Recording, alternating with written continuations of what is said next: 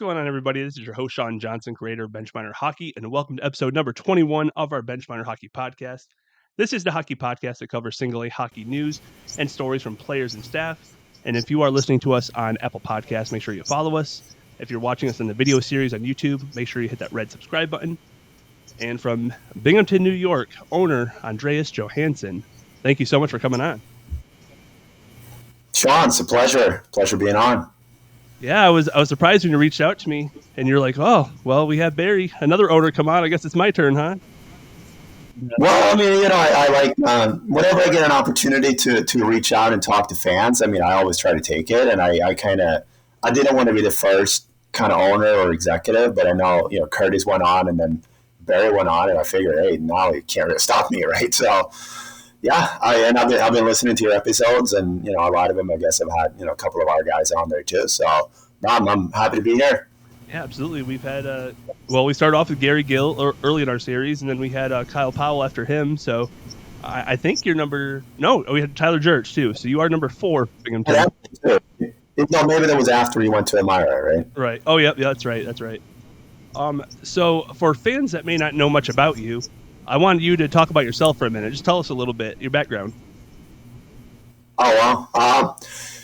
Yeah, so obviously I'm the owner of the Binghamton Black Bears. Owned 2 years last year, two teams last year, right? I own Watertown, and fortunate enough to win a championship there and then sell the team, which was a phenomenal experience. My background really is I'm a real estate investor, work with investment funds, and I kind of got into this through a lot of my clients are athletes and people kind of in that world. And for the last, I would say 7 or 8 years, I was looking for opportunities to buy a pro sports team somewhere. Looked at a couple opportunities in different hockey leagues, actually. And I was familiar with the Fed from way back. I actually knew Herm a little bit after living in New Canaan, Connecticut when I was younger. And I happened to go to a couple of games back when it was I guess it was the Whalers back then, even, going way back to the start of the league almost. And I kind of remember, that, at the time it was the FPHL, going back like 4 years when I started looking at it. And long story short, I looked at a couple different venues, and couldn't really find one. And I made a great connection with Don Kernan, and at the time he owned, as you're familiar, he owned Watertown, and he was willing to sell it. And we were living in Palm Beach, Florida at the time, and we made a questionable decision to return to New York, and ended up buying Watertown, and had a time of my life up there for 2 years with my brother was up there, and Clarkie, and all the players we had. It became like a family. And then the Binghamton opportunity came along at the same time, and couldn't believe how fortunate I've been to be in such an unbelievable market. Right, absolutely. We'll get to Watertown and Binghamton in a minute here. I know you just said you're looking at other sports leagues. Why did hockey kind of stand out to you above other sports? I love hockey more than any other sport, to be honest with you. I've always watched it. I've always been around the sport. And frankly, I saw the best opportunity also for the business. I mean, the Fed has a great model. I mean, if you look at our league where we have 10 teams, and you go from 700 seats at the smallest venue up to 7,000. And I don't think any of us right now are losing money, which is, it's an unbelievable model. I mean, you look at any other league, that the financials are so different. So, they built a great product, and I was attracted to that, and I think as far as the fans, I mean, a lot of other sports, you don't quite have that draw, but hockey is really the entire family can come out. Like, it doesn't really matter if you're that into the sport or not. Like, there's enough action and there's enough other things going on that you keep people there. The games don't take 4 hours, and we're lucky. I mean, you've been in upstate New York, right? You're from here. So like in the winter, you don't have a ton of other things necessarily to do. So it's a little bit easier sometimes to draw fans than, baseball would be in the middle of the summer. So, right. But most athletes I love for the game, and I wouldn't want to go into something that I'm not an expert on hockey. I wouldn't say that, but I feel like I know enough to where I can be involved in kind of all aspects. While if I went into something else, then if I really don't know anything about the sport, I'm not sure I would enjoy it that much. Right. What really actually piqued your interest in ownership? Mixture of narcissism and competitiveness, and just wanted to do something different. Like I was kind of fortunate. Like I dropped out of high school at age 16. ADHD and just a complete lack of interest in anything to do with that education, really. And I was kind of working some odd jobs and nothing for 4 or 5 years doing nothing. And I got into real estate more than anything by luck, to be honest. I mean, I was kind of in a fortunate position when I got into it. And long story short, I managed to build a pretty good business over the next 9 to 10 years. And I figured I really want to do something different, like something that really excites me. And, I knew some people that own teams in a little bit different leagues and a little bit different budgets and stakes, but they loved what they were doing. And I started kind of looking around. First, you look kind of casually at something. Like I was actually deciding I was either going to buy a sports team or I was going to try to fly a plane and buy my own plane. And I went up once, and the once you get up to a certain altitude, I almost passed out, and I realized like flying is not for me. So that left me with basically this opportunity. I was going to say, those are two very different things. Like, not even. I mean, they are, but they're both like a hobby that, they both would have taken up a lot of time, and it could have taken up a lot of money potentially, right? So, but yeah, I think I made the right choice. Goodness, I have a fear of heights, so I don't think I could fly a plane. It's bad enough I got to ride on a plane. I don't think I could fly one. I can fly as a passenger; it doesn't bother me. But once you're in there and the big glass and the big windows, I was kind of like, yeah, I think I'm going to do the hockey. Like this is not for me. I would have done the same thing. I would have done anything else besides fly a plane. Right. I mean, you worked in the hockey business, right? But I'm guessing you never flew a plane, right? So that's I don't even. Yeah, I could probably sit in, the driver's seat on the ground, and I'd probably still panic. So no, that's not for me. That's pretty much where it's at. Yeah. So I know you kind of said you got involved with Herm years back. Was he kind of the one that introduced you to Don Kernan in the early stages? No, not. I'm trying to remember the chain of events, but no, Herm. We just happened to live in this city called New Canaan, which is in the South Shore of Connecticut, and you're about 45 minutes from the city, right? So, but rather than go to a Ranger game, I found a team in Danbury. I'm not even sure how it happened. I went to a game, and then for probably 4 or 5 years, I never thought any more of it. I don't even remember how exactly I ended up getting in touch with Don Kernan. I think I just reached out one day, and I saw the kind of the Fed website, and I was like, okay, the league's still around. That's a good sign, And then I think I talked to him about, it's kind of out there. Like I was pursuing the Landers Center in Memphis that's my first kind of venue. I think when I went there, it was a little bit premature because I think the league. I think this was before Columbus and maybe even Carolina got in, so it was really like a northeastern kind of league. So I think the travel would have been pretty tough. Plus, at the time, the financial model I think was a little different in the Fed too. Like it would have been tough to have just one big market team. But obviously that's evolved a lot in just a short time I've been here. Oh, absolutely. That was actually my next question. The first time I ever personally heard your name was with Memphis, and I was like, okay, well, we have a Memphis team possibly coming in.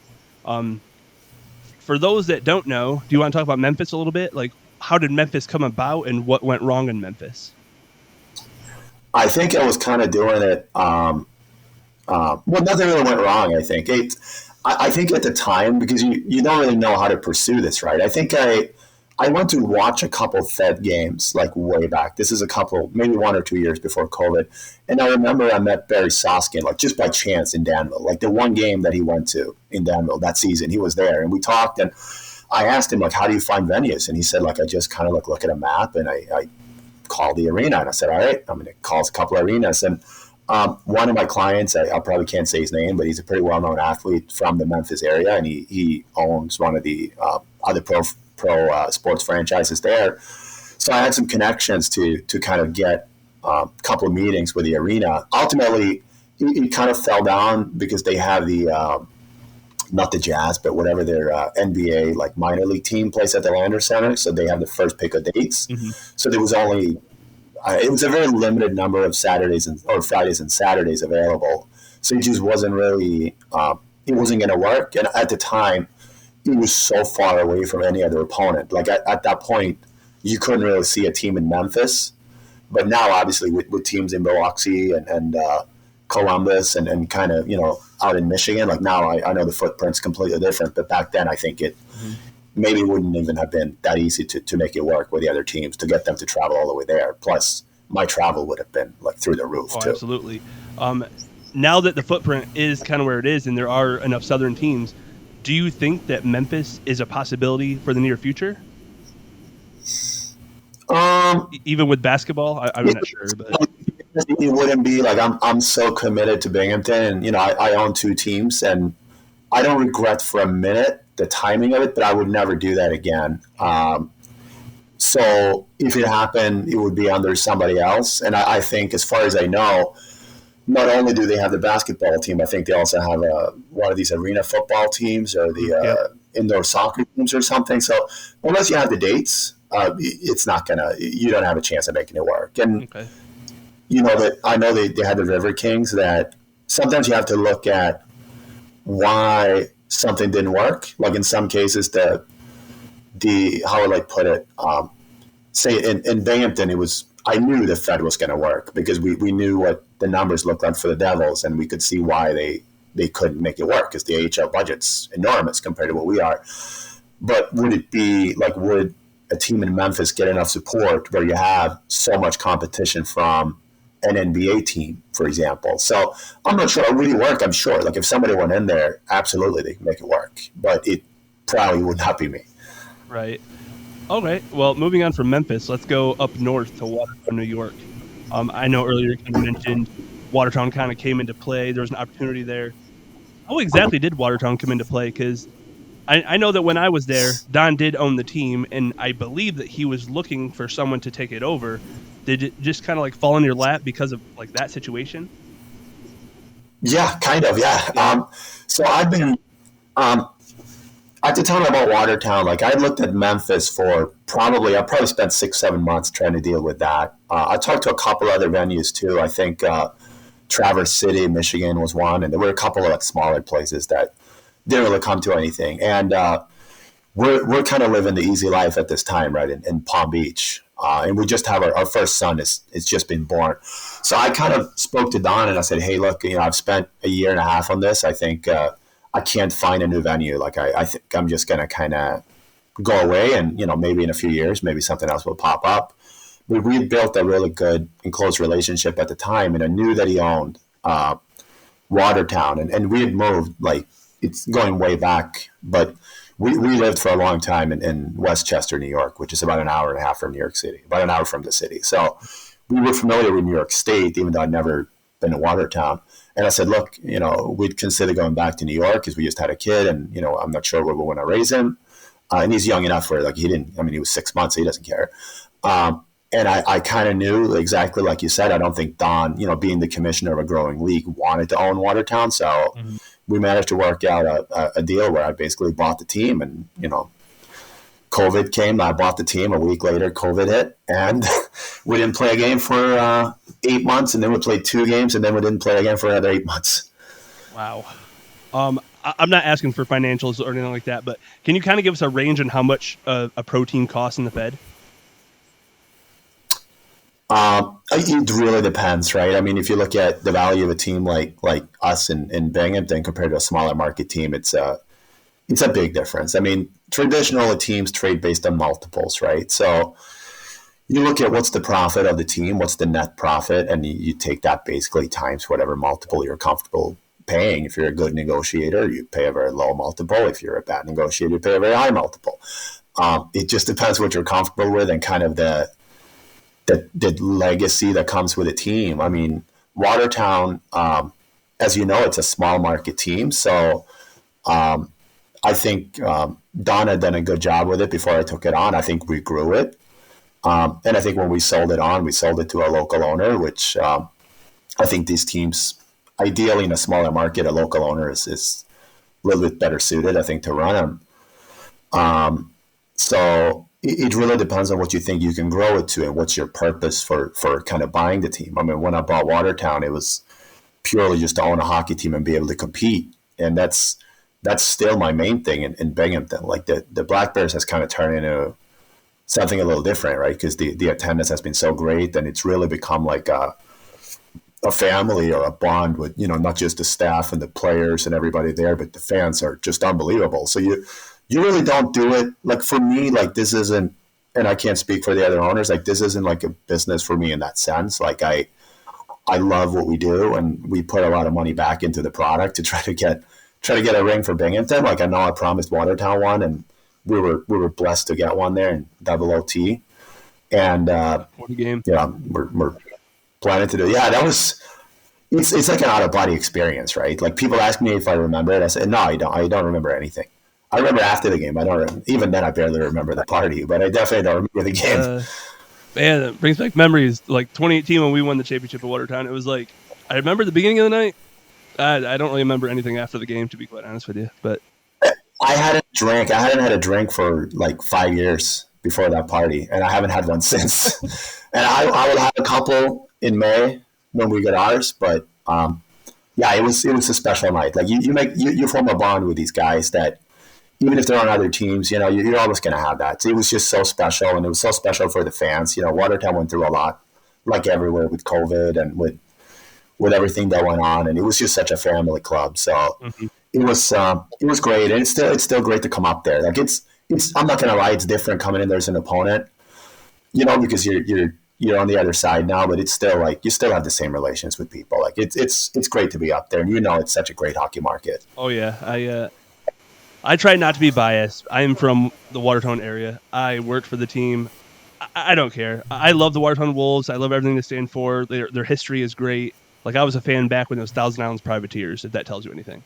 Right? Yeah, it's way back. Yeah. Yep. So I love the area. I love that team. I wish them nothing but the best. I have a couple more questions about Watertown for you, actually. The first one is Sure. the first time you came to Watertown. I guess just as a first time owner, what were some of your expectations, or what were some of your goals? When you first come into it, it's like a new world opens up, right? Because you're kind of trying to think how to phrase it. Like you're kind of coming in there almost like a fan, right? So that you're coming in saying, "Hey, I want to win a championship right away," but you don't really know what it entails until you kind of get a little bit into it. Like I know it was a few weeks in. I hired Clarkey as the coach, and I think that was the best decision we ever made because he'd been there before. He knew how to recruit players. He knew the league very well. It's just there's so much to learn when you come in that you really need to have someone that's been there before. So I think that's like the initial impression. First you're coming in and you're trying to just get a handle on like the business side of it. Like where are we? And obviously because we came in during COVID, you're trying to figure out, are we going to play or we're not going to play, right? And as a new owner, you're coming in hot. Like a lot of the other owners wisely were saying, hey, let's not try to play during COVID, while me and I think Robbie were like, no, let's play 16 games in a row. I think we should do that. And that, obviously didn't. I mean, I think today I would not have suggested that, but back then we were pretty eager to get going. I think we were like 2 training camps in by the time we played those games. So I spent a lot of time for 3 practice games, right? But yeah, there's just so many new impressions, and you're so proud of being the owner of the team. And it's a pretty steep learning curve, even though I got to say, because of COVID, I had a lot more time to figure things out because we really didn't do anything for like a year. Mm-hmm. That's kind of what I thought about Motor City as well. I won't say they had plenty of time, but if they used their time wisely, they had plenty of time to figure it out. It looks like they're having a decent year. Yeah. Third, fourth.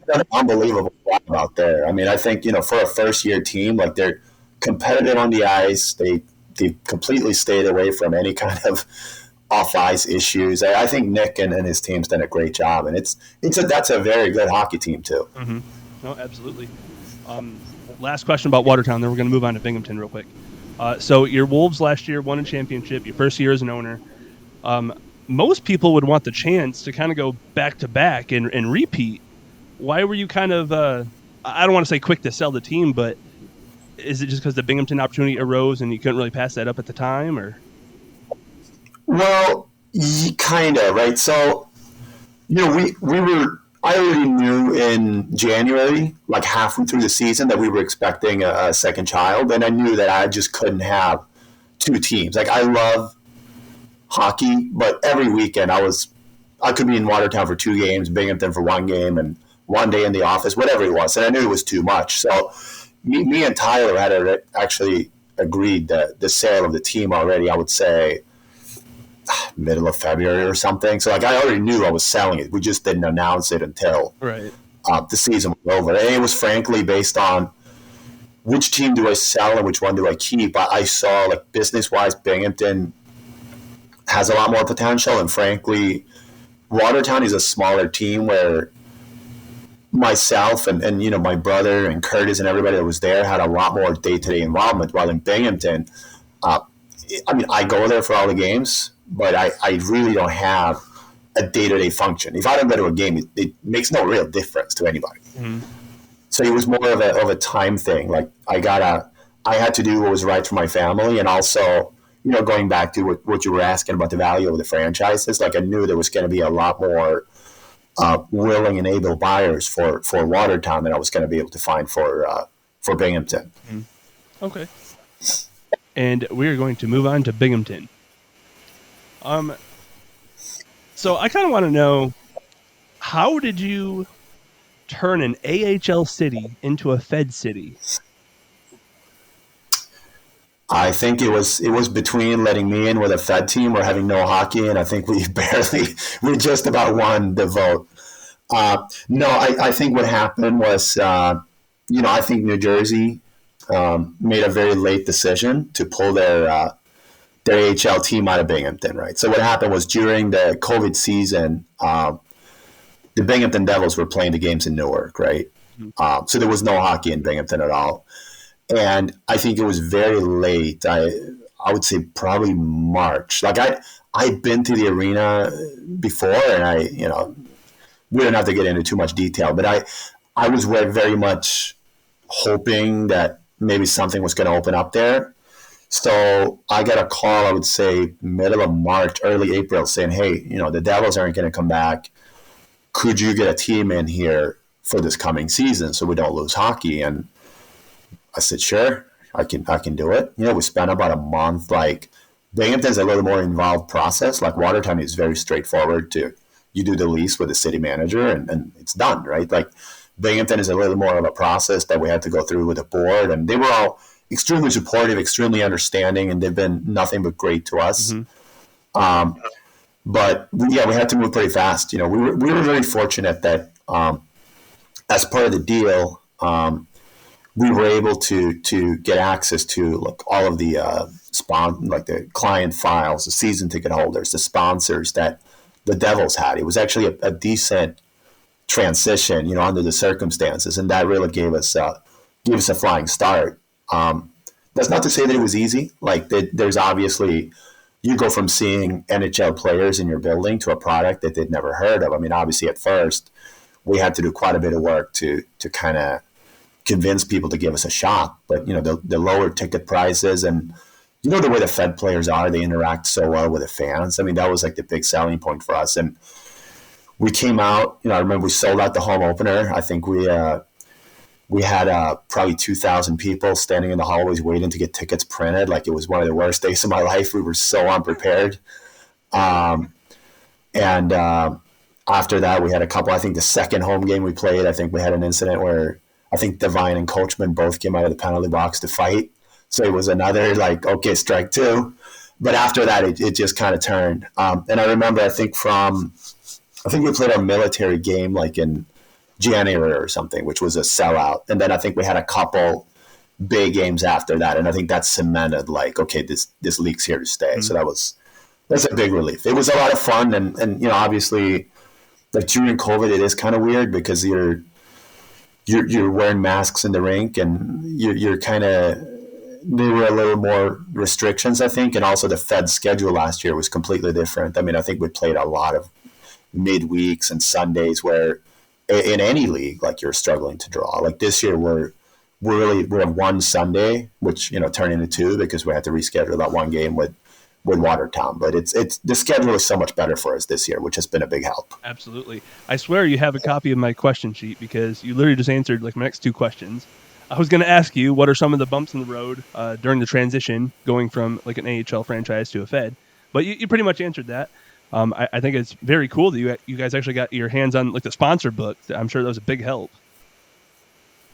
It makes a huge difference, and the sponsor, like the business community, were so receptive to us. Like that was one thing I was worried about at first because you don't know what's going to happen. I mean, we have a couple of like fairly large companies in the Binghamton area, so you don't know like how are they going to receive a league that they'd probably never heard of. But they were all like, "Hey, look, we want hockey in this community, and we promised we were going to work with youth hockey, and we were going to be out and do a lot of different events, and we did those things, and they couldn't have received us any better. And and then some of them they kind of prefer this product, just because of that kind of the fan interaction part. It's obviously we're not the AHL, but we're something different. Absolutely. I'm glad that fans are on board and they're just enjoying hockey.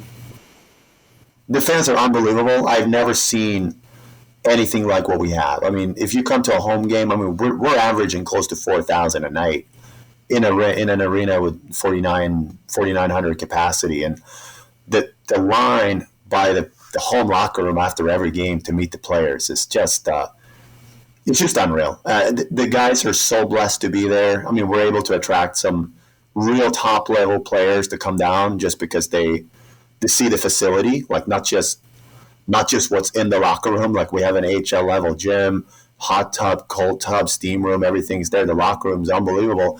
But more than anything, it's playing in front of these fans. I mean, Black Bear Nation is so loud, and they are so proud of being from Binghamton. And like when we came in, we always said like, hey, we want to be like your team, like your city, your team was like our tagline. And we try to live up to that every day. Like our guys are just so happy to be there. Of course, we did I pulled 50 different FPHL players across the league, and it was almost like unanimous that Binghamton was the number one facility, number one fan base. I'll have to go back and find this article that I wrote over the summer, but Binghamton was number one, and like you just said, and every player I've talked to, they love Binghamton. I haven't been there yet. I don't know if you heard the news or not, but I'm coming back to New York. So I heard. So you're going to have to make your way down then. Yeah. So next season, I'm going to be at a lot of Binghamton games, probably. Yeah, you should. It's a great place as a fan. It's a great place, obviously, as an owner, as a player. I mean, we're so fortunate to be there. Right. Well, I can't wait to check it out firsthand for myself. I just went to Carolina a few weeks ago. That place is awesome as well. Super loud. I can't wait to see how loud Binghamton gets. We'll see which arena is louder. I think I don't know what their capacity is there. Is it about the same? I can't even remember. I want to 30. Is it 36? It's a little smaller than ours, but not by much. Yeah, I'll have to double check on that, but I want to say it's 3,600 or something like that. Okay, so we're a little bigger. Right. Moving on to the next topic. Now, I don't want to get into this too much, and I know you don't either. This Nikita Avashkin situation.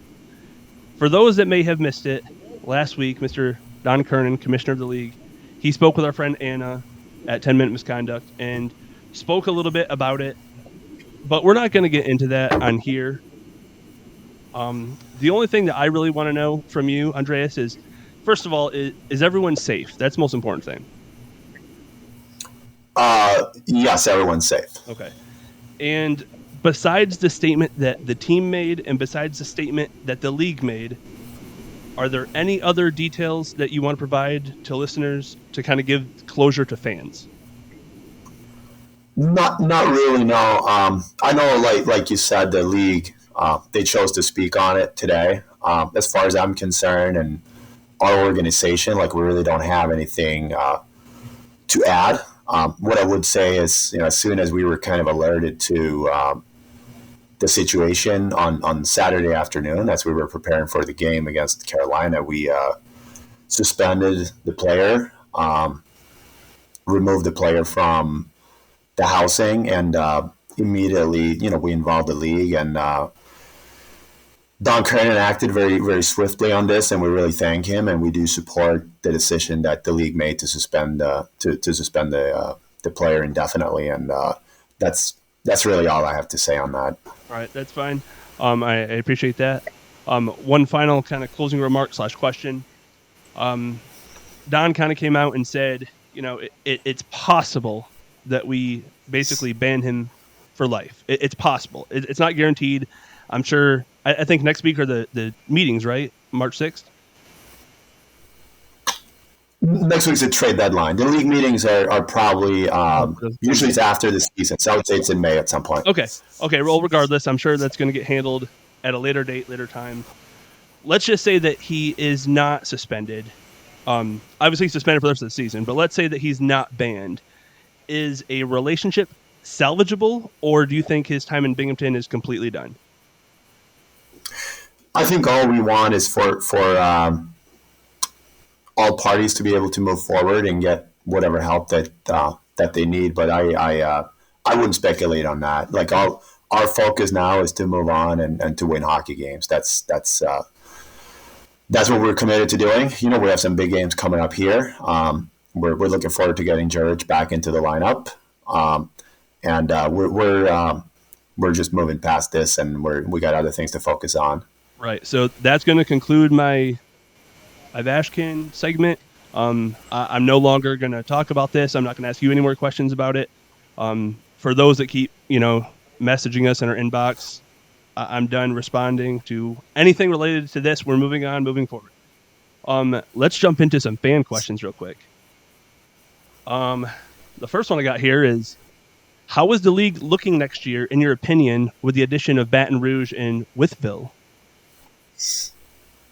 I think the league has made tremendous progress. If you look at the quality of play, even if you just go back to last season, right? Like if you watch the Fed now on an average league night with 5 games, they're pretty much like any game can go either way, right? Like you don't have a team or 2 teams that are falling behind. So I think league wise, so many better players now that are available. So obviously adding 2 more teams is going to add even more variety. I think it will give some more interesting options for the league as far as the travel schedule. Maybe you go a little bit more divisional, where the teams in the South mainly play each other, and teams in the North. Because I think variety is great, but I actually think for us, if we played Watertown and Elmira 5 times, we would actually sell more tickets than if we played Columbus and Mississippi. Like the novelty is there, but for some reason the fans prefer that. Well, for obvious reasons, I guess they prefer the bigger rivalries, right? Absolutely. We are running short on time, so let me get to 2 more questions and then we'll move on here. Sure. What is the plan moving forward to win a cup in Binghamton? Well, we're just going to keep going where we are. I mean, I think we have the team to do it. We're obviously, you're always looking to get better and improve in every possible way. And I think lately we've had a couple, injury problems that have plagued us. But we're, I kind of, I don't want to answer it for too long, but, we kind of looked at how we won last year in Watertown, right? And we had a very physical team that was built from the back. And I think that's kind of what we have here. I mean, we got very, very, very strong defensive core. We got great, we got 3 lines that can all score. We have depth scoring. So, we're feeling really good about where we are, but of course you can always look to improve. Absolutely. And this last one, I don't even really want to ask it, but do you have faith in Brant Sherwood to get the job done? Of course I do. Okay. I have all the confidence in the world in Brant Sherwood. And let me tell you about Brant. Brant is... He's so committed to winning. That's the most important thing for him. He wears his heart on his sleeve, and I know the fans can see that. But every single move that he's made since he came to this hockey club is just the one purpose, is to make us better positioned to win a championship ring, because that was exactly what I asked of him the minute he walked in the door. We could not be in better hands than what we are with Brant. Perfect. Happy to hear that. Well, you guys have a huge weekend ahead of you guys. I know that you're playing Carolina this weekend, the 10th and the 11th here. Carolina visited you guys a couple weeks ago, and they kind of handled business. Very close games, 4-3 Friday, Saturday, Sunday. So very close games. Are you guys going to head to Carolina and return the favor and get those points back?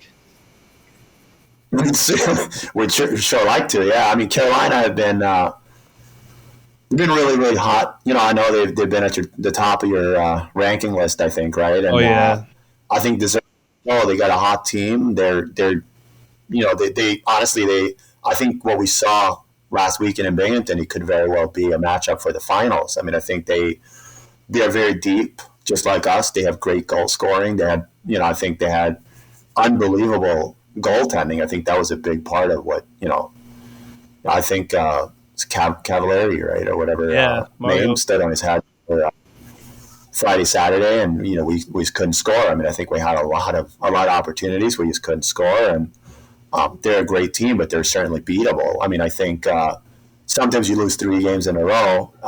Obviously, it stings for everybody, but it's not. We didn't get outplayed and lost by 5 goals a night, right? Like, one was an overtime loss. I think one was a pretty late loss, and the third one I know we were chasing in every game. Mm-hmm. So I'm still feeling like we have a great chance when we go in there. Like I said, it's a loud building, and sometimes that, it benefits the home team, but sometimes that can kind of turn on you too. If you're not playing well, sometimes that could actually be a disadvantage. So I think the guys are really excited to go in there. Absolutely. Like I said, I was just there a couple weeks ago. Great barn, great atmosphere, lots of energy from both teams, whoever's playing. So best of luck to your guys, your guys' team. I was actually just looking at the schedule. Just one more closing remark here. I was looking at the schedule, and I'm not trying to put any team down by no means, but you guys actually have a very favorable schedule to end the season. I mean, you play Elmira 5 times, you play Delaware twice, Motor City twice, and I'm not taking anything away from those clubs. I'm just saying they're not as high-powered offenses as your Binghamtons, your Columbuses, your Carolinas. So what are your thoughts to end the season? I like you kind of said yourself, I'd be very careful to put any team down. I mean, we've seen Delaware here lately been probably one of the hottest teams in the league, and they've played some great hockey. And Elmira, we've had a couple tough games there. I know we lost one game there earlier this season, and when they get hot, they have some real elite level players. And we'll see how the teams look here, after the trade deadline too. And a lot of things can happen, and these games they may have a lot of meaning, or they may mean nothing at all as far as positioning. So obviously, you're looking to kind of hit your stride and get your lines really working and make sure you get your right guys kind of playing together and getting hot. But, yeah, I think at this point in the Fed, like, there's not a single game you can say, oh, this is a guaranteed win. Like last year, maybe it was a little bit there. I mean, I don't want to be disrespectful, but, of course, it was a little bit different. But, like, now, if we go to Delaware, they come to us, it's not. We might have, I don't know what our record is, but, I mean, most of the games, it's been one game, one goal. 2 goals maybe, and they were in Columbus here recently, and I think this took 4 or 5 points, and so I don't think we can really see it as it's just these guys, because that's how we're going to get tripped up. And I think that's actually happened to us once this season, right? We went to Elmira and thought, we always win here, and we lost, and it was their crowd really got into it, and the players worked hard, and obviously there were players in Elmira that they want nothing more than to beat Binghamton. So we have no easy games left on the schedule. Having said that, it'll be nice to get out of this long road trip, for the guys to get back home and play in front of the best fans in hockey. But certainly we don't take anything for granted. Absolutely. When did they come back again? It's like March? Well, we're home. I want to say we're home on the 19th after being on the road for 20. It'd be 20 days between home games or something. Yeah, that's a long time to be. Well, at least they're in the South. They're getting away from New York winter for a little while, so I'm sure they're going to enjoy themselves. They're golfing, they're enjoying the weather. It's been kind of rough here lately, so it's never a bad time to get out. And it's actually a good kind of bonding thing a little bit for the guys, especially after what's been going on recently. It's a great time to just get together, get away from everything, and just kind of regroup a little bit. Absolutely. I saw an Instagram post. They're on the beach earlier, so I'm super jealous. I bet they were. Just a closing remark here. Again, if you guys are following us, or I should say listening to us on Apple Podcasts, make sure you follow us. And if you're watching us on YouTube, hit that red subscribe button. Do you have any closing remarks for Benchminer followers or Black Bear Nation? Black Bear Nation, we love you. We're going to do all we can to bring that championship ring home. Just keep the faith in us. And please come out and support us whenever we get back home. Benchminer listeners, if you don't have a favorite team, Binghamton is going to be my recommendation. And enjoy the rest of the season. I'm sure we're going to see some great hockey either way. Absolutely. Thank you so much for coming on, Andreas. Really appreciate it. Thank you so much.